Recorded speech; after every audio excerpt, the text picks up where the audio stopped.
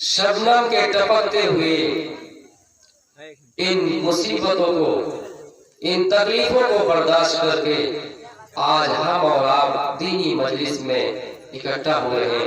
अल्लाह ताला की बहुत बड़ी ये नियामत है। इंशाअल्लाह तकरीर आज मुख्तलिफ अक़वाल से करेंगे। मैंने कुरान करीम की एक आयत पढ़ी और एक हदीस पढ़ी। कुरान की आयत ये है कि या अय्युहन नास इत्तक़ू,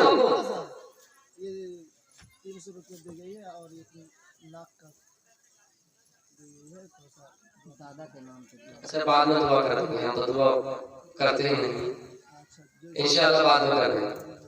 तो या अल्लाह ताला इंसानों से कह रहा है या अय्युहन नास इत्तक़ू, ऐ इंसानों, ऐ दुनिया के मानव जाति।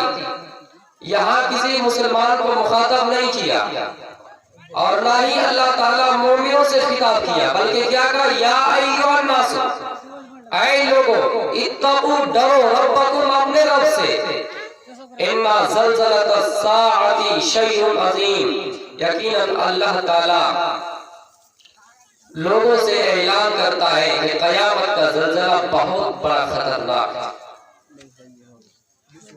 अल्लाह ताला इस आयत में इंसान को अपने रब से यानी अल्लाह ताला से डरने की तलकीन करता है कि हम और आप अल्लाह ताला से कितना डरते हैं। हमारा और अमाल अल्लाह ताला से किन अहकामात पर हमारा अमाल हो रहा है।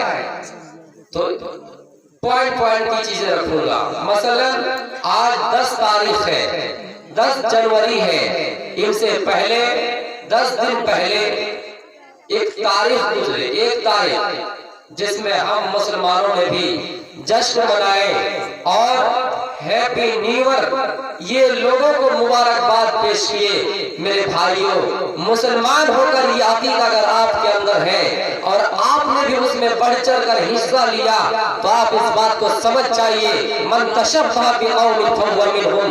अल्लाह के नबी सल्लल्लाहु अलैहि वसल्लम फरमाते हैं, अगर कोई मुसलमान किसी गैर मजहब के कानून को इख्तियार करता है, गैर मजहब के बुनियाद पर चलता है, गैर मजहब के रस्म और रिवाज को अपनाता है, तो कयामत के दिन हश्र नस्ल, कयामत के दिन उसको उसी के साथ उठाया जाएगा जो भी किसी दूसरे कौम की मुशाबियत इख्तियार करेगा। इसलिए अगर खुदा न खास्ता अगर आपके अंदर भी ये चीजें हैं, इंशाअल्लाह आने वाले 2023 में ये चीज हमसे खत्म हो जाएंगे और ये बातिल अकीदा हमसे उठ जाएंगे। अल्लाह के नबी सल्लल्लाहु अलैहि वसल्लम फरमाते हैं, ऐ लोगों, वखालिफुल यहूद, यहूद की मुखालिफत करो, यहूदियों की मुखालिफत करो।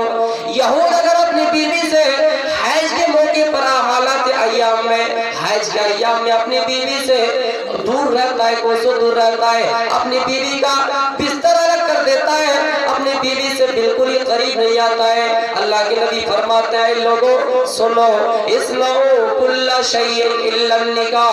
हाँ, जब तुम्हारी बीवी हाइजा हो, जब तुम्हारी बीवी को हाइज आए, हाइज का खून आए, माहवारी आए, तो सिर्फ जिमा के अलावा तुम सिर्फ हम मिस्त्री के अलावा सारी चीजें करने की तुम्हें इजाजत दी जा रही है। अगर ये हो अपने बीवियों को घर से अलग रखते हैं, दूर रखते हैं, तो तुम उनके मुखालिफत करो। हाँ, तुम अपने बीवी के साथ जरूर सो, तुम उनके साथ बिल्कुल सब कुछ कर सकते हो, लेकिन इल्ला निकाह यानी जिमा के अलावा हम मिस्त्री के अलावा सारी चीजें कर सकते हो। वखालिफुल यहूद, यहूद की मुखालिफत करो। वो यहूदी जो रोजा रखते वक्त सहरी खाया नहीं करते थे, अल्लाह के नबी सल्लल्लाहु अलैहि वसल्लम ने फरमाया, ऐ मुसलमानों, ऐ मेरी उम्मतियों, सुनो, जब तुम रमजान के रोजे रखो या कोई भी रोजा रखो तो तुम सहरी खा लिया करो, इसलिए कि तसहरू फइन्ना बिस्सुहूर बरका। जब तुम सहरी खाओगे तो उस सहरी में अल्लाह की कसम बरकत रखी हुई है, इसलिए तुम उस सहरी को खाओ। यहूदियों की मुखालिफत करो, लेकिन हम और आप यहूदियों के कैलेंडर अपना रहे हैं, ईसाइयों के कैलेंडर अपना रहे हैं। वो ईसाई जो 1 जनवरी को अपना हैप्पी न्यू ईयर और लोगों को मुबारकबाद पेश करते हैं, आज मुसलमान भी उसमें बढ़ चढ़ कर हिस्सा लेते हैं और जंगलों में जाकर पिकनिक मनाते हैं, भोज करते हैं, दावत चलाते हैं। मेरे भाइयों, हम और आप मुसलमान हैं,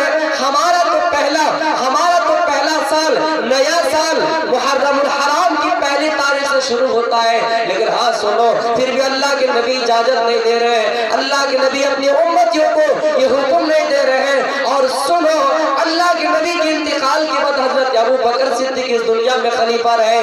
वो ने 2 साल खिलाफत किए, लेकिन आपने कभी हैप्पी न्यू ईयर नहीं मनाए, आपने कभी लोगों को नए साल की मुबारकबादी पेश नहीं किए। उसके इंतकाल के बाद उमर फारूक खलीफा बने, लेकिन आपने 10 साल जिंदगी में किसी को हुक्म नहीं दिया। उस्मान खलीफा बने, लेकिन अपने 12 साल जिंदगी में कभी हैप्पी न्यू ईयर नहीं मनाए, कभी नया साल नहीं मनाए, कभी पिकनिक नहीं मनाए। मेरे सहाबा तो वो थे और ताबीन वो थे जो नबी के हर वो अमाल को देख कर किया करते थे जो अल्लाह के नबी सल्लल्लाहु अलैहि वसल्लम करते थे। लेकिन हम और आप आजकल कैसे हैं, जो अच्छी चीजें उसको छोड़ देते हैं, लेकिन जो गैर बातिलाना अकीदा है उसको हम और आप इख्तियार करते हैं। आइए मैं आपको अबू दाऊद का एक मंजर दिखा रहा हूँ। अबू दाऊद किताब में एक मंजर, अल्लाह के नबी सल्लल्लाहु अलैहि वसल्लम अपने असहाबे किराम को, सहाबा किराम को नमाज पढ़ा रहे हैं। और इतने में क्या हुआ, नमाज के दौरान आपने अपनी जूती उतार दी। जब सारे सहाबा देखे कि अल्लाह के नबी अपनी जूती उतार दिए, तो सारे सहाबा ने जूती उतार के एक साइड रख दी। जब नबी ने फक़दा रसूलुल्लाह सल्लल्लाहु अलैहि वसल्लम सलामहु, जब नबी अकरम सल्लल्लाहु अलैहि वसल्लम ने नमाज पूरी की, सलाम फेरा, अस्सलामु अलैकुम व रहमतुल्लाह, अस्सलामु अलैकुम व रहमतुल्लाह। जैसे नमाज खत्म हुई, आपने अपने सहाबियों को देखा कि जूती उतार कर साइड में कंधे में रख दिए गए हैं। आपने फरमाया, ओ मेरे सहाबियों, मा हमलकुम अला इल्काई नियालिकुम। हाँ सुनो, ओ मेरे सहाबियों, तुम्हें जूती उतारने के लिए किस चीज ने उठाया है? तुमने जूती उतारने के लिए तुम्हें कौन सी चीज आमादा किए हैं? तुम्हें किसने बताया कि तुम किसके कहने पर जूती उतार दिए? सहाबा का जवाब सुनो, क़ालू राइना, आय अल्लाह के नबी, हमने आपको जूती उतारते हुए देखा, और लिहाजा जो हमारा इमाम काम करता है, मुक्तदी भी उसी की पैरवी करता है, उसी के पीछे चलता है। जब इमाम अल्लाहु अकबर कह के नियत बांधता है, हाथ बांधता है सीने में, फिर अल्लाहु अकबर कह के रुकू में जाते हैं, मुक्तदी भी उसके पीछे पीछे जाते हैं। आय अल्लाह के नबी, हमने आपको देखा कि आप जूती उतार दिए, तो हम सब ने भी जूती उतार दिए।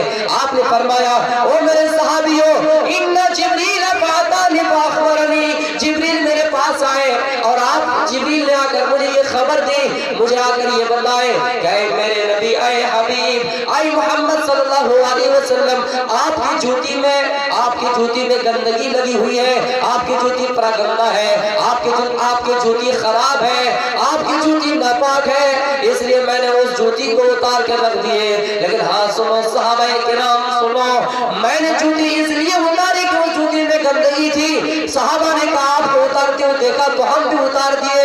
मेरे भाइयों, आप गौर कर सकते हैं इस मंजर से कि सहाबा कैसा था, सहाबा किराम की अजमत कैसी थी, सहाबा किराम के अखलाक कैसे थे, सहाबा किराम को अल्लाह के नबी कैसे तरबियत दिए थे। सहाबा किराम दीन के कितने पाबंद थे कि जब नबी को देखे जूती उतारते तो आपने भी जूती उतार दिए। लेकिन हम और आप ऐसे मुसलमान हो गए, अल्लाह के नबी की किसी भी हदीस की किताबों में, तारीख की सफात में आज तक नहीं मिलता है कि हम नए साल मनाए, हम पिकनिक मनाए।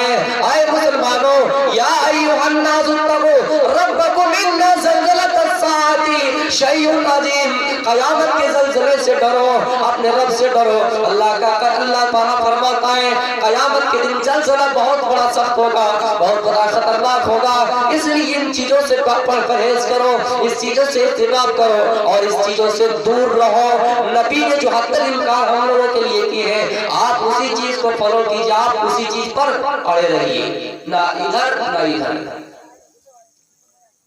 तो ये चीज किसी भी हदीस से और किसी भी किताब से साबित नहीं है। अल्लाह के नबी पूरी जिंदगी यहूदियों और मजूसियों के खिलाफ बोलते रहे कि यहूदी अगर मुहर्रम हराम का एक रोजा रखता है तो तुम दो रोजे रखो। मेरे भाइयों, यहूदी अगर अपने बीवी का बिस्तर अलग कर देता है हालत हैज में, तो तो तुम अपने बीवी को और करीब लाओ, लेकिन जिमा मत करो। मेरे प्यारे साथियों, लेकिन हम और आप यहूदियों के कैलेंडर, ईसाई के कैलेंडर को अपनाकर जनवरी को जनवरी की पहला तारीख को पिकनिक मनाते हैं। और कितने मुसलमान ऐसे भी हैं जो शराब भी पीते हैं, और कितने ऐसे मुसलमान भी हैं जो हिंदुओं के गैर मुस्लिमों के साथ वो भी अपना रंगरलिया मनाते हैं, वो भी जोश में आ जाते हैं और वो समझते हैं कि ये नया साल है। लेकिन पूछिए, उन लोगों से पूछिए इस्लामी कैलेंडर की पहली तारीख क्या है, उसको पता नहीं है कि इस्लाम की पहली तारीख कहां से शुरुआत होती है। या अय्युहन्नासु तक़ू रब्बकुम, ऐ लोगों अपने रब से डरो। इन्ना ज़लज़लतस्साअति शैउन अज़ीम, यकीनन क़यामत की होने लगी बहुत बड़ी खतरनाक है, बहुत बड़ा डेंजर है। ऐ लोगों हाँ सुनो, अल्लाह के नबी सल्लल्लाहु अलैहि वसल्लम हदीस के अंदर बयान फरमा रहे हैं। हज़रत अबू हुरैरा इस हदीस के रावी हैं, क्या जुमले निकाले, सिनफ़ान मिन अहलिन नार, सिनफ़ान मिन अहलिन नार, जहन्नम के दो गिरोह ऐसे हैं, दो जमात ऐसे हैं, लम अराहुमा कौमुन मअहुम सियात, जिन्हें अल्लाह के नबी अपने जमाने में नहीं देखा, जिन कौम को अल्लाह के नबी ने अपने जमाने में नहीं देखे, दो गिरोह ऐसे हैं जहन्नम के, बता रहा हूँ, आएंगे इंशाअल्लाह, वेद पर आएंगे और महाभारत सुनाएंगे, रामायण भी सुनाएंगे, आ रहे धीरे धीरे। पहले अपने आप की इस्लाह करते हैं। तो अल्लाह के नबी ने फरमाया, क्या फरमाया, अबू हुरैरा इस हदीस के रावी है, सिनफ़ान मिन अहलिन नार, जहन्नम के दो गिरोह ऐसे हैं, लम अरहुमा कौमुन माहुम सियात, जिन्हें मैंने अपनी जिंदगी में नहीं देखी, जिन्हें मैंने अपने जमाने में नहीं देखे। उन गिरोह को क्या बताए, सुनिए। एक गिरोह कैसा है, कअज़नाबिल बकरी यज़रिबूना बिहन नास, एक गिरोह ऐसे हैं जिनके हाथ में लाठी होंगे, जिनके हाथ में कोड़े होंगे, जिनके हाथ में पावर होंगे, जिनके हाथ में ठुंडी होंगे, जिनके हाथ में बैल के दुमों जैसे, गाय के दुमों जैसे कोड़े होंगे, सख्त कोड़े होंगे, यज़रिबूना बिहन नास, और उन लोगों को ऐसे ही मारेंगे, बेकसूर लोगों को मारेंगे, बेगुनाह लोगों को मारेंगे। मेरे भाइयों, ऐसे लोगों को जब पावर मिल जाएंगे, ऐसे लोगों को जब ताकत मिल जाएंगे, तो लोगों को मारते फिरेंगे। ऐसे लोग जहन्नम के एक गिरोह होंगे। मसलन हम पुलिस वाले हैं, हमारे पास ताकत है, हमारे पास सारी चीजें ताकत है, हम प्रशासन हमारे साथ है, हम आर्मी है, हम फौज है, हम सेना है, हमारे पास लाठी है। लेकिन अगर आपने उस लाठी का गलत इस्तेमाल किया, अगर आप उस लाठी को बेकसूर और बेगुनाह लोगों को मारे, बेकसूर लोगों के ऊपर लाठी चार्ज किए, तो याद रखना कयामत के दिन आपका शुमार उन जहन्नम के दो गिरोह में से एक गिरोह में होगा। सिनफ़ान मिन अहलिन नार लम अरहुमा कौमुन माहुम सियात कअज़नाबिल बकरी यज़रिबूना बिहन नास। और इस हदीस का तर्जुमा बड़े बड़े उलमाओं ने ये भी किए हैं, जिस चीज को गांव का मंडल बना दिया जाए, जिस चीज को, जिस इंसान को एमएलए एमपी बना दिए जाए, देश के प्रधानमंत्री बना दिए जाए, उनके पास ताकत आ जाने के बाद अगर किसी के ऊपर नाहक इल्जाम लगाता है, किसी को नाहक मारता है, किसी को नाहक गालियां देते हैं, कोई अगर पुलिस अपने लाठी से किसी पर लाठी चार्ज करता है, गलत लोगों और बेकसूर लोगों को मारता है, मेरे भाइयों याद रखना उनका हश्र नस्ल क्या होगा। इस्लाम के मुताबिक जहन्नम के दो गिरोह ऐसे होंगे जो एक गिरोह में उनका शुमार होगा। और उनकी किताबों के मुताबिक जो पुलिस गैर धर्मी है, जो पुलिस गैर इस्लामी है, उनकी खिताब के मुताबिक उनका जन्म क्या होगा, कुत्ते का जन्म होगा।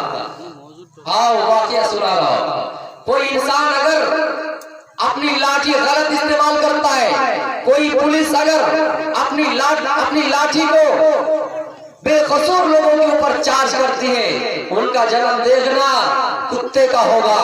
और ये वाकया मैं सुना रहा हूँ। एक मर्तबा ऐसा हुआ, एक कुत्ता सड़क पर पड़ा हुआ भौंक रहा है और एक भिखारी चला आया। जब देखा भिखारी अपने भूख से परेशान है और ये कुत्ता भूख रहा है, लाठी उठाई, डंडा उठाया, उस कुत्ते को दे मारा।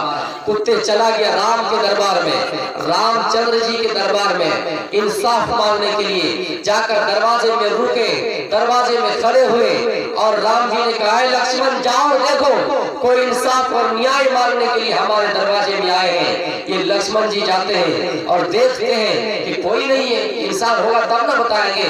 پھر جاؤ دیکھو کوئی ہے. اب یہ سوچا یہ کتا پڑا ہوا ہے, کتا دروازے میں آ کر رکا ہوا, ہو سکتا ہے یہی کتا ہوگا جو اپنا سوال لے کر آیا ہے, اپنا یہ کوشچن ثابت کرنا چاہتا ہے. اس کتے سے پوچھا گیا اے کتا کیا تم سوال کرنے کے لیے آئے ہو؟ کہا میں انصاف مانگنے کے لیے آیا ہوں, رام کے دربار میں آیا ہوں, نیائے مانگنے کے لیے. چلو اندر چلتے ہیں. رام جی کے پاس گئے, پرنام کیے, نمسکار کیے, سلام کیے. رام جی نے کہا کیا بات ہے بتاؤ. کتا نے کیا کہا جانتے ہیں؟ کتا نے کہا ہم انصاف مانگنے کے لیے آئے, بتاؤ کیا ہوا تمہارے ساتھ. فلاں گاؤں میں فقیر رہتا ہے, اس نے میرے اوپر لاٹھی چارج کیا. ہم ایسے سڑک پر بھوک رہے تھے, ہم تو اپنا حال سنا رہے تھے, لیکن اس بھکاری نے میرے اوپر لاٹھی چارج کیا ہے, انصاف چاہیے. اچھا تم ہی بتاؤ کیا انصاف دینا ہوگا. ہم تو انسان کو مارتا ہے اس کا انصاف کرتے ہیں, لیکن کتے کا انصاف کیسے کریں. اچھا کتا تم ہی بتاؤ کہ تمہارے ساتھ کیسا سلوک کیا جائے, تم کیا انصاف چاہتے ہو. کتے نے کیا کہا رام جی مجھے انصاف یہ چاہیے جس نے مجھے لاٹھی مارا ہے بھکاری نے, اس کو دیش کا پردھان منتری بنا دیا جائے, اس کو پولیس بنا دیا جائے, اس کو حکومت بنا دیا جائے, اس کو حکمراں بنا دیا جائے, اس کو ایم ایل اے یا جو بھی پولیٹیکل نیتا لوگ ہوتے ہیں کسی بھی درجے کا بنا دیا جائے. سب لوگ ہنسنے لگے, کیا بات ہے لاٹھی ڈنڈا کھائے. اس کے بعد اوپر سے انصاف مانگنے آیا, اور انصاف میں کیا مانگ رہا ہے, جس نے اس کو لاٹھی مارا پھر اسی کو کہہ رہا کہ ایم پی بنا دیا جائے, اسی کو کہہ رہا کہ پولیس بنا دیا جائے. سب پرجا پریشان ہو گئے اور چنتت میں پڑ گئے کہ کیا قصے ہیں آخر, کہ انصاف مانگنے کے لیے آئے لیکن اوپر سے اس کو ایم ایل اے بنا رہے, اوپر سے ایم پی بنا رہے, نیتا بنا رہے. تو سب جب آشچर्य میں پڑ گئے تو کتے سے یہ پوچھا گیا اچھا ایک بات بتاؤ, تم انصاف کے لیے آئے تو تم نے پھر اس کو M L A M P کیوں بنائے. کہا میں نے اس کو اس لیے ایسا بنایا کیونکہ یہ جب ایم پی بنا, ایم ایل اے بنا, تو ان کے پاس اب سرکاری فنڈ 1 لاکھ روپیہ آ رہا تھا. تب اس نے 80,000 روپے اپنے پاس رکھ لیے اور صرف 20,000 غریبوں میں بانٹے, وہ بھی اپنے ہی لوگوں میں بانٹے, غریبوں پر ظلم کیے اور بے قصور لوگوں کو اپنے لاٹھی سے مارے. اس لیے میں بھی پرانے زمانے میں جب میں ایسا حاکم تھا, ایسی پولیس تھی, ایسے پرشاسن تھے, جب میں بے قصور لوگوں کو مارتا تھا, جب میں بے گناہ اور بے قصور لوگوں کے ناحق پیسہ کھا رہے تھے, تب مجھے ایشور نے کتے کا جنم دیا. اور میں نے آج اس کے لیے ایسا اس لیے مانگا کیونکہ یہ بھی جب لوگوں کا پیسہ بے ایمانی کر کے کھائے گا, جب یہ کسی کے اوپر لاٹھی چارج کرے گا, بے قصور لوگوں کو ماریں گے, تب ان کا بھی جنم کتے کا ہوگا. میرے بھائیوں تو یاد رکھنا, جو ایسے حرکت کرتے ہیں اور دوسروں کے اوپر لاٹھی چارج کرتے ہیں, ان کا بھی حشر و سر ایسے ہوگا. حدیث کیا کہے, صنفان من اہل النار لم ارہما قوم معهم سیاد, جہنم کے 2 گروہ ایسے ہوں گے. پہلا گروہ ہے جو اپنے لاٹھی سے دوسروں کے اوپر بے گناہ بے قصور لوگوں کو ماریں گے, اپنے کوڑے سے بے قصور لوگوں کو ماریں گے.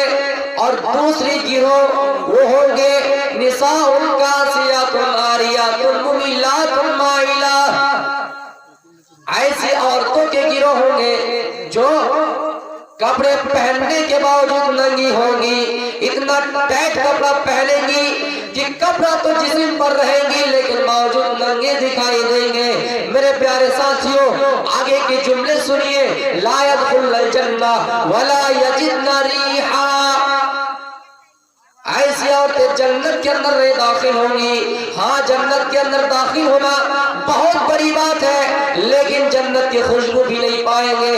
حالانکہ جنت کی خوشبو دور دراز تک بہکے گی, دور دراز تک ان کی خوشبو جائے گی, لیکن ایسی عورتوں کے بارے میں کہا گیا کہ ایسی عورتیں جنت کی خوشبو بھی نہیں پائیں گے. اے میرے پیارے ساتھیوں, یا ایھا الناس اتقوا ربکم, اپنے رب سے ڈرو, اس لیے کہ ان زلزلۃ الساعۃ شیء عظیم, قیامت کا زلزلہ قیامت کا زلزلہ بہت بڑا خطرناک खतरनाक है, बिल्कुल ऊंची तुम्हें कयामत के होलनाकी बहुत बड़ा खतरनाक है। अल्लाह के नबी हदीस के अंदर फरमा रहे हैं, हाँ सुनो, जब यौम युफ़ख़ु फ़िस्सूर फ़तातुन अफ़वाजा, इसराफील सूर में फूंक मारेंगे, अल्लाह का ये हुक्म होगा, सूर फूकेंगे और लोग दौड़ते हुए जाएंगे, अपने जिस्म से कपड़े उतर जाएंगे, नंगे हालत में दौड़ेंगे। हज़रत आयशा रज़ियल्लाहु ताला अन्हा का बयान है, अल्लाह के नबी को फरमा, अल्लाह के नबी से कह रही है, आए अल्लाह के नबी, जब लोग नंगे मैदान में जाएंगे तो क्या एक दूसरे को देखकर नहीं शर्माएंगे? अल्लाह के नबी फरमाते नहीं आयशा, ऐसी बात बिल्कुल नहीं है, ऐसा कंडीशन बिल्कुल ही नहीं है। एक दूसरे को नहीं पहचान सकेंगे, वो अपनी ही खबर से परेशान रहेंगे, अपने शोर से परेशान रहेंगे, एक दूसरे की तरफ झांक कर नहीं देखेंगे। मेरे भाइयों, सूरह हज की पहली और दूसरी आयत हमें क्या बता रही है?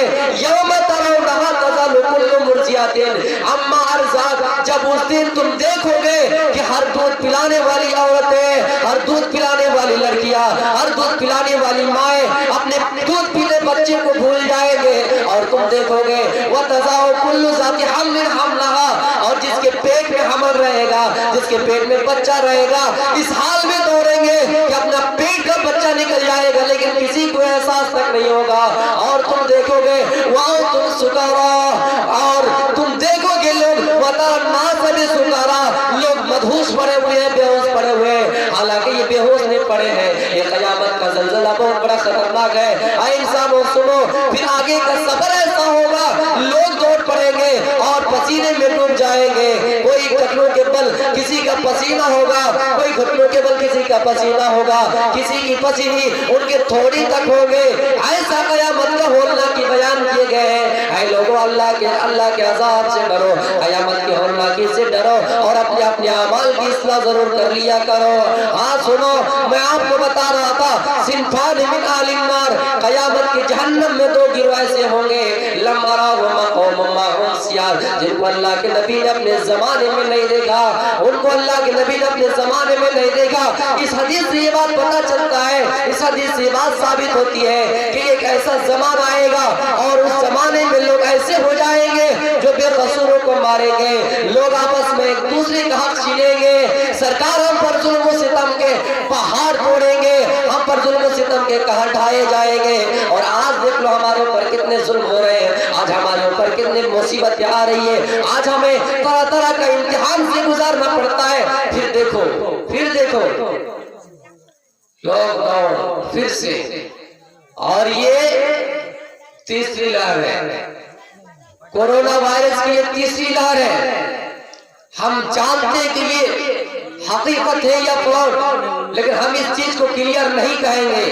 लेकिन मुसलमानों, अपना ईमान मजबूत रखो, किसी की गाइडलाइन पर अमल करने से पहले अगर हम जनाब मोहम्मद रसूलुल्लाह की गाइडलाइन पर अमल कर लेंगे तो सबसे बेहतर होगा। क्यों? आपने देखा हमारे ऊपर कितनी पाबंदियां लगी, मास्क पहनकर चलो, वैक्सीन लगाओ, वैक्सीन हम 2 वैक्सीन लगाए, लेकिन कोरोना की तीसरी लहर भी हमारे सामने अब मौजूद है। और ये भी हकीकत है, मैं खुलकर बोल रहा हूं, ये भी हकीकत है। बीमारी कुछ है लेकिन चाल बहुत बड़ी है, बीमारी कुछ है, आप इसको भी बिल्कुल सीरियस लेकर नहीं कह सकते कि बीमारी नहीं है, लेकिन साजिश बहुत बड़ी है, आप देख लीजिए। और ये बीमारी पता नहीं कैसी है, ये हवाएं जो हमारे पास चली आ रही है, ये भी बड़ा अक्लमंद है, बड़ा होशियार है। ये वक्त पर आता है और कहां आता है, जहां पर देख रहा है कि इलेक्शन नहीं, क्योंकि इनको इलेक्शन से बहुत डर लगती है। ये पता नहीं, ये बीमारी हमको लगता है अम्मा के पेट से सीख के आई है। जहां जहां पर चुनाव होंगे उनको डर लगती है कि हम वहां पर नहीं जाएंगे, लोग की भीड़ हमें खा जाएगी। तो मेरे भाइयों, आप देख लीजिए कि अभी पाबंदी बिहार में कितनी, नाइट कर्फ्यू लगा दिए गए, और फिर देखिएगा आगे का इंशाअल्लाह कि दिन में भी प्रोग्राम, दिन में भी डे कर्फ्यू लगेंगे, क्योंकि हम और आप इस चीज से बिल्कुल वाकिफ है। जब एक आदमी घोड़ा बेचने के लिए आया मजबूरी की हालत में, जब लोगों ने देखा इनकी मजबूरी है, इनको इलाज कराना है, अपनी अम्मा का इलाज कराना है, उनकी घोड़े मजबूरी के तहत वो बेच रहा है और वो घोड़े 50,000 की घोड़े 30,000 में बेच रहा है कि कोई ले ले। जब उसने देखा कि मजबूरी है तो उसने कहा नहीं, 30,000 के लिए 40,000 की है, अपने से 50,000 देने के लिए तैयार हो जाते हैं। मेरे भाइयों, कितने ऐसे मुश्किलात हमारे सामने से आएंगे, लेकिन हमें इनसे बिल्कुल घबराना नहीं है। हमें अपना ईमान मजबूत करना है और हम अल्लाह वाले हैं, हम इस्लाम वाले हैं। हमारे शरीयत ने हमें सब कुछ हल बता दिया है,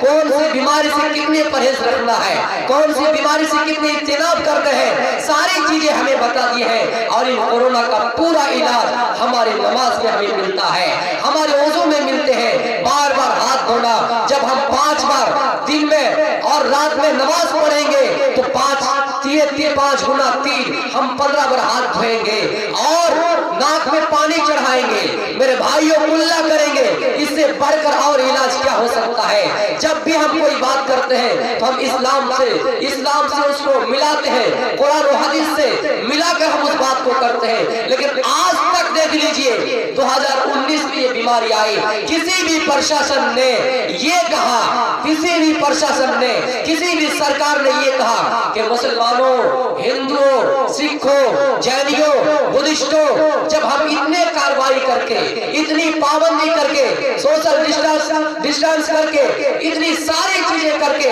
फिर भी ये तीसरी लहर जब हमारे सामने आ चुके हैं, चलो ये काम करते हैं। हिंदू अपने राम से दुआ करे, मुसलमान अपने ईश्वर से दुआ करे, अल्लाह से दुआ करे, ईसाई अपने जीसस मसीह ईसा से दुआ करे, सिख अपने गुरु नानक से दुआ करे, जैन अपने महावीर से दुआ करे। जब तक हम भक्ति में नहीं आएंगे, जब तक हम ईश्वर की भक्त नहीं बनेंगे, जब तक हम इबादत में शामिल नहीं हो जाएंगे, ये बीमारी खत्म नहीं होंगी। लेकिन आज तक किसी प्रशासन की जुबान से बात नहीं निकली है। हम जानते हैं कि हम सबसे ज्यादा अगर किसी से भरोसा रखते तो अल्लाह की जात पर, वो जानता है कि हम सबसे ज्यादा किसी पर भरोसा रखते तो राम पर, लेकिन वो ये काम नहीं करेंगे, वो ऐलान नहीं करेंगे। और हमारा ऐलान 2 है, अपने आप की भी हिफाजत करना, अल्लाह पर भी भरोसा रखना, तवक्कुल अलल्लाह, अल्लाह की जात पर भरोसा रखना। वमन यतवक्कल अलल्लाहि फहुव हस्बुहु, जिसने अल्लाह की जात पर भरोसा किया अल्लाह उसके लिए काफी है। लेकिन अल्लाह क्या कहता है अपनी हिफाजत के लिए? हमारे सामने शेर आ रहा है, हमारे सामने बाघ है, लेकिन अपनी हिफाजत की जिम्मेदारी कैसी है? हम उस शेर से दूर भागे, ऐसा नहीं कि हम उस शेर से उसके मुंह तक बिल्कुल करीब चले जाए और अल्लाह पर भरोसा कर ले कि अल्लाह हमारी जान की रक्षा कर लेगा। नहीं, पहले अपने आप की हिफाजत कैसे करेंगे? उस शेर से दूर भागेंगे। यानी ये दुनियावी हिफाजत भी हो गए और अल्लाह के जात पर भरोसा भी हो गए हैं। मेरे भाइयों, हमने घोड़ा को बांध कर अल्लाह पर भरोसा किया, घोड़ा छोड़कर हमने सोकर बिल्कुल भरोसा नहीं किया। अगर हकीकत में इन दोनों चीजों को सामने रखे जाए, गैर मुस्लिम अगर अपने राम से दुआ करे, मुसलमान अगर अपने अल्लाह से दुआ करे और अपने आप की हिफाजत करे, इंशाअल्लाह ये चौथी लहर नहीं आएंगे। लेकिन हम जानते हो ऐसी चीजें नहीं कहेंगे। या अय्युहन्नासु तक़ू रब्बकुम, ऐ लोगों अपने रब से डरो। सिनफान मिन अहलिन नार, जहन्नम के 2 गिरोह ऐसे हैं, लम अराहुम क़ौमुम माहुम सियार कअदना बिल बकर, जिनके पास हुकूमत, जिनके पास प्रशासन, जिनके पास ताकत, जिनके पास पावर होंगे और वो अपने पावर का गलत यूज करेंगे, दौड़ा कर मारेंगे। आप अंदाजा कीजिए जामिया मिलिया में मुसलमानों, आप इस चीज को अंदाजा कीजिए कैसे पुलिस घुसकर टॉयलेट में छिपी हुई लड़कियों को और हॉस्टल में छुपी हुई लड़कियों को पकड़कर उनके बाल की मुट्ठी पकड़कर कैसे मारा गया, कैसे पीटा गया, जरा सा भी रहम नहीं आए। आए पुलिसों, सुनो, ये ईश्वर ने तुम्हें पावर दिया है, ये तुम्हें तुम्हारा राम ही ने पावर दिया है या नहीं तो मैं इसकी जुबान से क्या ये मुझे मालूम है, लेकिन हाँ तुम्हारी किताब के अनुसार तुम्हारे मुताबिक राम ने तुम्हें पावर दिया है। लेकिन ये तुम्हें आजमाता है, ये आजमाता है कि ये पावर तुम्हारा ज्यादा दिन टिकने वाला नहीं है, ये ताकत तुम्हारा ज्यादा दिन तक टिकने वाली नहीं है। तुमने बेकसूर और उन स्टूडेंटों को मारा और उनके बाल पकड़ उनको टॉयलेट में छिपी हुई लड़कियों को पकड़ कर मारना शुरू किया, उनको तरह तरह के पीटे, उन पर आंसू गैस छोड़े لیکن ایک بات یاد رکھنا، اللہ کیسے جگہ دیں گے جبکہ تمہارا رام تمہیں جگہ دینے کے لیے تیار نہیں ہوگے، تمہارا رام تمہیں جگہ نہیں دیں گے۔ رام بھی یہ نہیں چاہتا ہے، رام بھی نہیں چاہتا کہ کوئی انسان کسی کو ناک مارے، کوئی انسان کسی کی گال پہ تھپڑ مارے، تو اللہ کیسے برداشت کرے گا؟ آئے پولیس والوں، ہاں پھر یہ لاک ڈاؤن تمہارے سامنے چلا رہا ہے، تم کتنے ایسے لوگوں کو ڈنڈے چلاؤ گے، کتنے ایسے لوگوں کو مارو گے جس کو مارنے کا ادھیکار تمہیں نہیں ہے، جن کا حق یہ نہیں بنتا ہے کہ تم ان کو اپنے لاٹھی سے اپنا لاٹھی چارج کرو۔ میرے پیارے ساتھیوں، یہ تمہیں ہم ہی نے پاور دیے ہیں، ہم نے تمہیں پولیس کی وردی پہنائے ہیں، آج تمہاری وردی دیکھ کر ہم تمہاری عزت کرتے ہیں، ہم تمہارا مان اور سمان کرتے ہیں۔ تمہارا کام ہے کہ تم سب کو آپس میں ایک جیسا لے کر چلو، لیکن ہاں اگر تم کسی لوگوں کو، بے قصور لوگوں کو مارتے ہو تو ایک بات یاد رکھنا، تمہیں نرک میں جگہ ملے گی، سورگ میں کبھی جگہ نہیں ملے گی۔ ہاں سنو، اگر تم نے کسی کے اوپر لاٹھی چارج کیے اور بے قصور لوگوں کو مارے تو تم یہ سوچو کہ تمہارا دوسرا جنم کیا ہوگا۔ کہیں ایسا نہ ہو کہ تمہیں بھینس بنا دی جائے، کہیں ایسا نہ ہو کہ تمہیں بلی بنا دیا جائے، کہیں ایسا نہ ہو کہ تمہیں کتا بنا دیا جائے۔ اس لیے ان چیزوں سے ڈرو۔ اور میں یہ کہنا چاہتا ہوں، اے مسلمانوں، پابندی ہم پر لازم ہے، لیکن ساتھ ہی ساتھ اللہ پر بھروسہ رکھیے۔ توکل علی اللہ، ومن یتوکل فہو علی اللہ فہو حسبہ۔ جس نے اللہ کی ذات پر بھروسہ رکھا، اللہ اس کے لیے کافی ہے۔ کوئی گائیڈ لائن، اس دنیا کی گائیڈ لائن کوئی اہمیت نہیں رکھتے ہیں۔ ہاں اللہ تعالیٰ نے، اللہ کے نبی نے حدیث میں سارے علاج تمہارے لیے بتلا دیے ہیں، کس کے لیے کتنی دوری ہے، کس کے لیے کیسا کتنا کیا کرنا ہے، یہ ساری چیزیں اسلام نے تمہیں حل کر دیا ہے۔ اس لیے ہمیں بالکل ہی گھبرانے کی ضرورت نہیں ہے اور اپنا ایمان مضبوط کرنا ہے، اور ان باطل غیر لینوں پر ہمیں عمل اس دیش کے مطابق کرنا ہے، لیکن دل سے نہیں کرنا ہے، کیونکہ وہ چیز تو ہم اپنے سے خود کر رہے ہیں، ہم اس چیز کا اندازہ ہے۔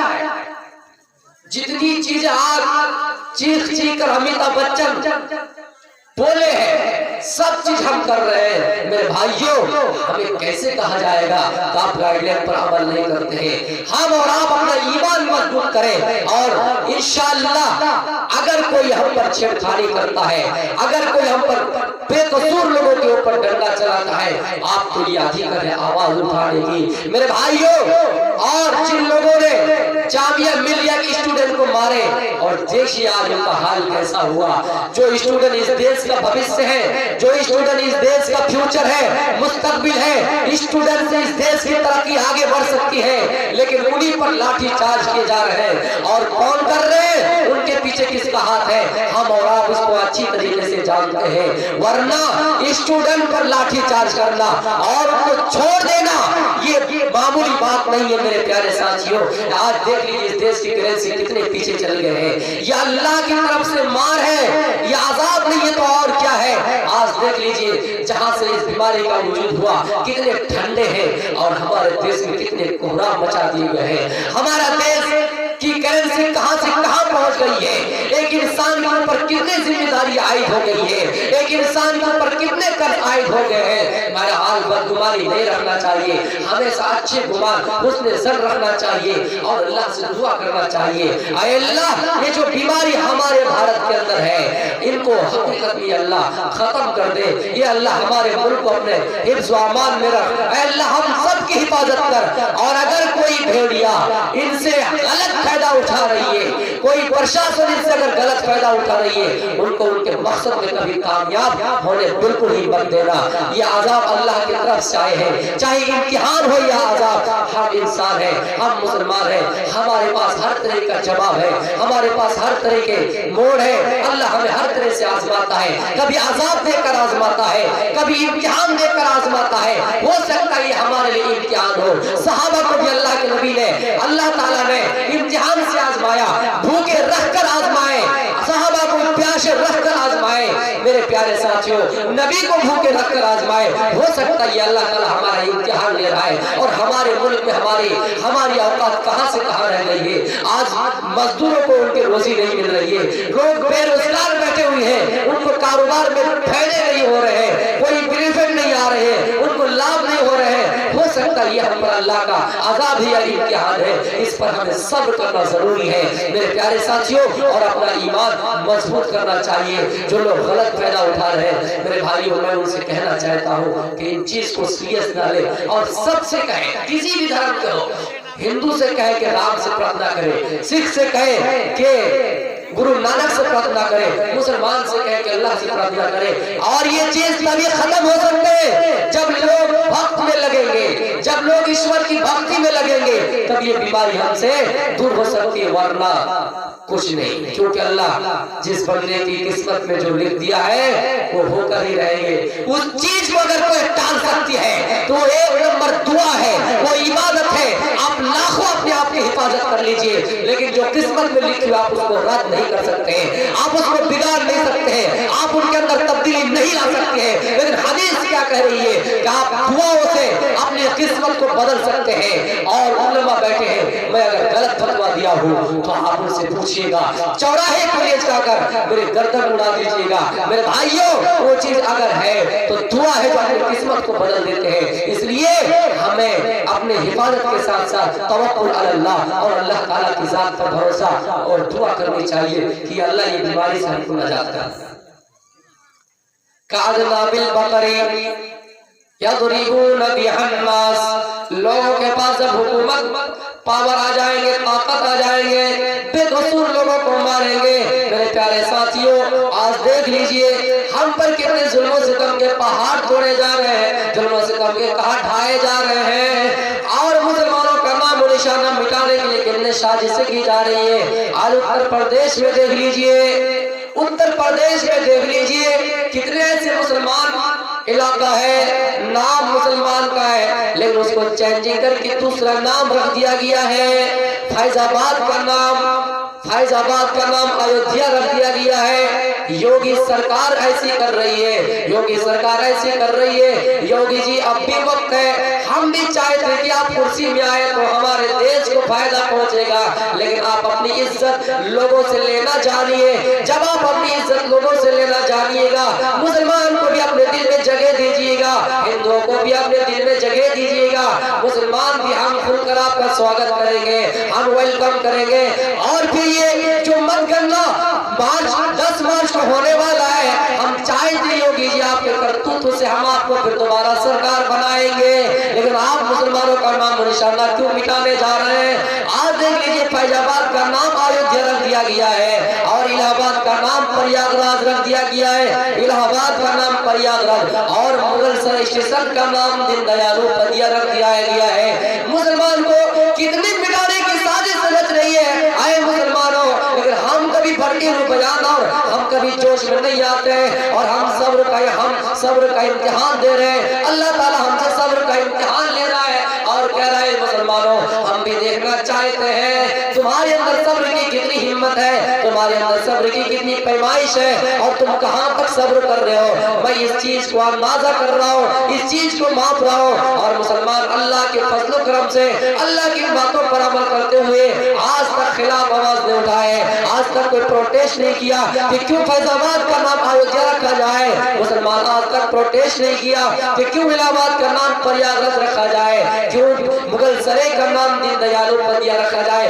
آج تک ہم نے پروٹیسٹ نہیں کیے، آج تک ہم نے نہیں کہا کہ ہاں ایسا کرنا ہے، سڑکوں کو جام کرنا ہے، راستہ جام کرنا ہے، اور یہ ہمیں ادھیکار ہے کہ ہم راستہ جام کریں کیونکہ ہمارا نام و نشانہ مٹایا جا رہا ہے، لیکن ہم آج تک خلاف آواز نہیں اٹھا رہے ہیں، اور ہم دیکھ رہے کہ اللہ تعالیٰ ان کو بھی عقل سلیم دے، اللہ تعالیٰ ان کے دل کو اور دماغ کو بدل دے۔ میرے پیارے ساتھیوں، اس لیے ہم صبر کے امتحان میں بالکل کامیاب ہونے کی کوشش کر رہے ہیں، اور یہ بات یہ بھی کہہ رہے ہیں کہ تاج محل جن کو میں رام محل بناؤں گا، وہ تاج محل جن کو رام محل بناؤں گا۔ اچھا ایک بات بتائیے، کوئی انسان اگر کتنا چند مکان تعمیر کرے اور اس کو اگر خدا کا گھر بنا دیا جائے، خدا کا مکان بنا دیا جائے، تو کیا کیا یہ انسلٹی کی بات نہیں کہ ہم کسی کے گھر میں کسی مقصد کے بنائے ہوئے اتحاد کے گھر میں ہم اس میں اپنے رام کو جگہ دیں, ہم اپنے رام سے اس گھر کو تعمیر کریں, ہم اپنے رام کے نام سے اس گھر کا نام رکھیں, ہم اپنے کرشن کے نام سے اس گھر کا اس مکان کا نام کرشن رکھیں. میرے پیارے ساتھیوں, یہاں تک کہ جب غزوہ تبوک کے موقع پر ایک مسجد بنائی گئی, مسجد زرار, اس واقعے کو آپ تاریخ کی کتابوں میں دیکھ سکتے ہیں. مسجد زرار جب بنائے گئے, جب وہاں پر دیکھا گیا یہ مسجد عبادت کے لیے نہیں بنائے گئے ہیں بلکہ یہ مسجد حملہ کرنے کے لیے بنائے گئے ہیں. یہاں کے نیچے چھپی ہوئی زیرہ, یہاں کے نیچے چھپی ہوئی تلواریں رکھی جاتی ہیں, یہاں کے چھپی ہوئی نیچے جگہ میں تیر رکھا جاتا ہے. میرے پیارے ساتھیوں, جب اللہ کے نبی کو پتا چلا یہ مسجد زرار ہے, یہاں مسجد عبادت کے لیے نہیں بنائی گئی ہے, اس مسجد کے نیچے تیر رکھا ہوا ہے, تلواریں رکھی ہوئی ہے, دشمن سے لڑائیاں کرنے کے لیے, مسلمان سے لڑائیاں کرنے کے لیے اللہ کے نبی حکم دے رہے ہیں, اے میرے صحابیوں, اس مسجد کو جلا دو, اس مسجد کو توڑ دو, اس مسجد کو ختم کر دو. جس مسجد کے اندر عبادت ہی نہ ہو, جس مسجد کے اندر اللہ کا نام ہی نہ ہو, اس مسجد کو مسجد کا نام دے کر کیا فائدہ ہے, مٹا دو, ختم کر دو. میرے پیارے ساتھیوں, اندازہ کیجئے اور غور کیجئے, جس مسجد کے اندر عبادت نہ ہو آپ اس کو توڑنے کا حکم دے رہے, آپ اس کو مٹانے کا حکم دے رہے, اور یہ کہہ رہے کہ تاج محل کو رام محل بنا دوں گا. آج بھی ان کے لیکچر موجود ہے, آپ سن سکتے ہیں. یوگی جی کا یہ بیان ہے کہ تاج محل کو بھی رام محل بنا دوں گا. بڑے شوق سے بنائیے, ہم خوش ہیں اس وقت, اور خوش ہیں, مزید خوش ہیں. آپ بڑے شوق سے اس کا نام رام محل بنائیے, اتحاد کو چینجنگ کیجئے, ہم بڑے خوش ہیں. میرے پیارے ساتھیوں, تاریخ آپ کو بتا رہا ہوں, یہ تاج محل 1631 سے لے کر 1653 تک جس کی تعمیر میں لگی, اور یہ اتحاد کے پڑھنے میں آج بھی درج ہے, کوئی اس چیز کو مٹا نہیں سکتا ہے. میرے پیارے ساتھیوں, تاج محل کے بارے میں یہ افواہیں چلی کہ شاہ جہاں نے اپنے مزدور کے ہاتھ کٹوا دیے. آج یہ ثابت ہو گئے, آج کے موجودہ سائنس ٹیکنالوجی نے یہ ثابت کر دیا کہ مسلمان اتنا غدار نہیں ہو سکتا ہے, کسی مزدور کے ہاتھ نہیں کاٹا گیا ہے. کیوں؟ اگر ہاتھ کاٹے جاتے, اتنے مزدوروں نے تاج محل کی تعمیر کی, اگر ہاتھ کاٹے جاتے 22,000 مزدوروں نے تعمیر کی, 20,000 تقریباً مانیے, اور 20,000 مزدور کے کتنے ہاتھ ہو رہے ہیں, 40,000. اگر کاٹے جاتے مسلمان اس کو دفناتے اور قبر کے اندر اس کے ہاتھ ہوتے. آج بھی ان کی ہڈیاں اگر تلاش کیے جاتے وہ مل جاتے. سائنس ٹیکنالوجی اس بات کا چیخ کر اعلان کرتا ہے, ہزاروں سال پہلے, صدیوں پہلے ڈائناسور کا اس دنیا سے جب انت ہوا, آج بھی ان کی ہڈیاں جب مل سکتی ہے, ان 1600 کی بات کیسے نہیں ملے گی, ان کی ہڈیاں کیسے نہیں ملے گی. مسلمانوں, یہ اتحاد بتا کر جا رہا ہوں, جو کہتا ہے مسلمانوں نے اتحاد کروا دیے, غلط ہے, نہیں ہے ایسی بات. میرے پیارے ساتھیوں, ڈائناسوروں کی ہڈیاں سائنس ٹیکنالوجی نے, ویگیانکوں نے نکال دی ہے, اور یہ 1631 کی بات ہے, 1631 سے 1653 کی بات ہے. ہماری وہ ہڈیاں جن کے کاٹے گئے ہیں وہ مزدور کے, آج ہمارے سامنے حاضر ہو جاتے ہیں. ان کی ہڈیاں سائنسدان نکال لیتے ڈھونڈ کر, لیکن نہیں مل رہی ہے. میرے پیارے ساتھیوں, اس چیز کو غور کیجئے. وہ شاہجہاں, پھر بھی میں ان کو مبارکباد دیتا ہوں کہ اپنی بیوی کے لیے کچھ کیا, لیکن ان سرکاروں سے کہیے جن کے پاس بیوی ہی نہ ہو یا اپنی بیوی کے لیے کیا کرے. جب شاہجہاں کی بیوی ممتاز محل نے شاہجہاں سے بات کہی تھی, اے میرے شوہر, میں اس دنیا سے چلی جاؤں گی, میری اس دنیا سے موت ہونے والی ہے, آپ میرے انتقال کے بعد میرے لیے کیا نشانی چھوڑو گے. تب شاہجہاں نے کہا تھا, میں تمہارے لیے ایک محل بناؤں گا, میں تمہارے لیے ایک مقبرہ بناؤں گا. تب میرے پیارے ساتھیوں, 1631 سے انہوں نے تاج محل کا نرمان کیا, اور اس میں تقریباً 20,000 مزدور نے حصہ لیا, اور بغداد, فرانس وغیرہ سے سامان لائے گئے, بیل گاڑی پر پلک کاٹ پر سامان لائے گئے, اور دور دراز سے مستری, دور دراز سے ڈیزائنر آئے, اور ان تاج محل کا نرمان کیا. ان شاہجہاں نے تاج محل کی تعمیر کی. آج ان کو مٹانے کی کوشش ہو رہی ہے, لیکن ہم یہ جانتے ہیں مٹا نہیں سکتے ہیں, نام چینج نہیں کیا جا سکتا, لیکن ان کو مٹایا نہیں جا سکتا ہے, کیونکہ اس نے دیش کے لیے کچھ کیے تھے, اپنے بیوی کے لیے کچھ کیے تھے. ان کی بیوی کے لیے ایک نشانی ہے, ہمارے دیش کو منافع, ہمارے دیش کو نفع پہنچانے کے لیے ایک مکان ہے. آئیے میں اور اس کی تشریح کر رہا ہوں. جن کے پاس پاور ہوں گے، جن کے پاس طاقت ہوں گے، حدیث کیا کر رہی ہے؟ اس کو جہنم میں ڈالا جائے گا اگر وہ غلط استعمال کرتا ہے۔ اور ان کی کتاب کیا کر رہی ہے؟ اگر اس نے کسی کا ناحق پیسہ چھینا، کسی کو ناحق مارا، تو پرلے کے دن دوسرا جنم ان کا کتے کا ہوگا۔ اب کیا منظور ہے؟ جہنم میں جانا منظور ہے یا کتے کا جنم ہونا منظور ہے؟ یہ خود طے کریں۔ میرے بھائیو آئیے اب دوسری روایت بیان کر رہا ہوں۔ نساء کاسیات عاریات ممیلات مائلات، دوسرے گروہ ایسے ہوں گے جو لڑکیاں کپڑوں پر لباس پہنے ہوئی ہوں گی، لیکن مظاہر ان کے جسم جتنے ہوں گے اتنی ٹائٹ کپڑے پہنے گے کہ ان کا جسم کا چڑھاؤ اتار نظر آئے گا۔ ایسی عورتوں کے بارے میں کہا، حدیث کہہ رہی ہے لا يدخلن الجنہ ولا یجدن ریحا، ایسی عورتیں جنت تو دور کی بات ہے جنت کی خوشبو بھی نہیں پائیں گے۔ وہ میری پیارے ساتھیوں، وہ میری ماں بہنوں، اگر میری آواز تمہارے کانوں تک جا رہی ہے تو سنو، اللہ کے نبی چار عورتوں کو افضل قرار دیا، چار عورتوں کو افضل قرار دیا۔ ان عورتوں میں فرعون کی بیوی بھی ہے، ان عورتوں میں فرعون کی بیوی بھی ہے۔ فرعون کی بیوی آسیہ ہے، ایک ظالم حکمراں، ایک ظالم بادشاہ کے عہد میں رہ کر، ایک ظالم بادشاہ کے نکاح میں رہ کر اپنے آپ کی ایمان لے آتی ہے اور اللہ تعالیٰ کو پیار ہو جاتی ہے، ان کا انتقال ہو جاتا ہے، ان کو سولی پر چڑھا دیے جاتے ہیں، جن کے موت کے باعث اللہ تعالیٰ ان کا ٹھکانہ جنت کر رہا ہے۔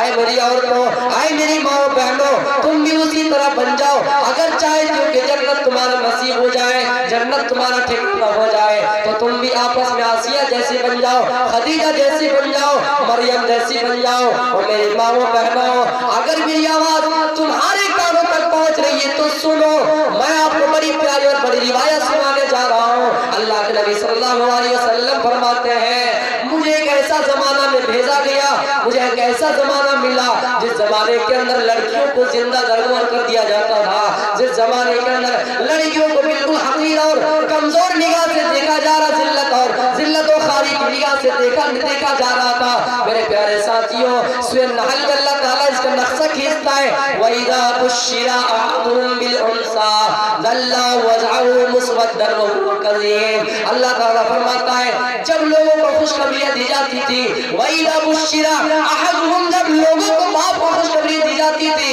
اے فلا آج تمہارے گھر میں بیٹیاں پیدا ہوئی ہے، آج تمہارے گھر میں لڑکی پیدا ہوئی ہے، ان باپ کا چہرہ ظل وجهه، باپ کا چہرہ بالکل کالا پڑ جاتا تھا، بالکل کالا ہو جاتا، سیاہ ہو جاتا تھا، اور وہ گھر جا کر کچھ دنوں کے بعد اپنی بیٹیوں کو زندہ درگور کر دیا کرتے تھے۔ میرے پیارے ساتھیوں، اس زمانے میں لڑکیوں کو زندہ درگور کر دیا جاتا اور اپنی بیویوں کو نئی نویلی دلہن کو بھی جوئے میں لگا دیا جاتا ہے، اور اتنا لوگ جوئے کھیلتے ہیں، جوئے میں اپنے سارے سامان جب ہار جاتے تو اپنے بیوی کو بھی جوئے میں لگا دیتے۔ آؤ میں جوا کا ایک واقعہ سناؤں گا، مہابھارت سے جوئے کا ایک واقعہ سناؤں گا، اور میری پیاری ماں بہنوں